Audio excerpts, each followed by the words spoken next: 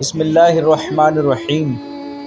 سیدنا عمر اور ابو بکر رضی اللہ تعالی عنہم کے درمیان پیش آنے والے اس واقعے میں جو لوگ غور و فکر اور تدبر کرنا چاہتے ہوں ان کی عبرت کے لیے بہت سی باتیں پوشیدہ ہیں۔ ابن القیم رحمۃ اللہ تعالی علیہ اپنی کتاب روضۃ المحبین و نزہۃ المشتاقین میں لکھتے ہیں کہ عمر رضی اللہ تعالی عنہ روزانہ صبح کی نماز کے بعد سیدنا ابو بکر رضی اللہ تعالی عنہ کو غائب پاتے۔ وہ دیکھ رہے تھے کہ ابو بکر رضی اللہ تعالی عنہ نماز کی ادائیگی کے لیے تو باقاعدگی سے مسجد میں آتے ہیں، مگر جوں ہی نماز ختم ہوئی وہ چپکے سے مدینہ کے مضافاتی علاقوں میں ایک دیہات کی طرف نکل جاتے ہیں۔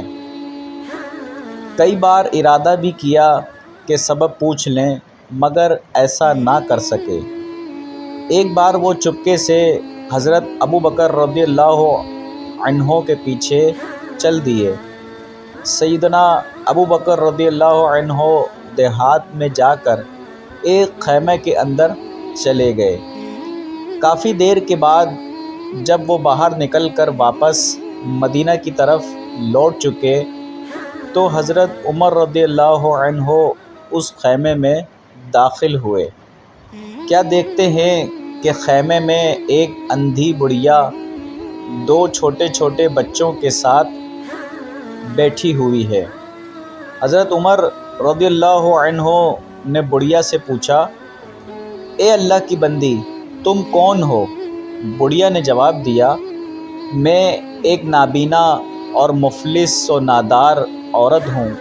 ہمارے والدین ہمیں اس حال میں چھوڑ کر فوت ہو گئے ہیں کہ میرا اور ان دو لڑکیوں کا اللہ کے سوا کوئی اور آسرا نہیں ہے۔ حضرت عمر رضی اللہ عنہ نے پھر سوال کیا، یہ شیخ کون ہے جو تمہارے گھر میں آتا ہے؟ بوڑھی عورت جو کہ حضرت ابو بکر رضی اللہ عنہ کی اصلیت نہیں جانتی تھی نے جواب دیا کہ میں اس شیخ کو جانتی تو نہیں، مگر یہ روزانہ ہمارے گھر میں آ کر جھاڑو دیتا ہے، ہمارے لیے کھانا بناتا ہے اور ہماری بکریوں کا دودھ دو کر ہمارے لیے رکھتا اور چلا جاتا ہے۔ حضرت عمر یہ سن کر رو پڑے اور کہا، اے ابو بکر، آپ نے اپنے بعد کے آنے والے حکمرانوں کے لیے ایک تھکا دینے والا امتحان کھڑا کر کے رکھ دیا ہے۔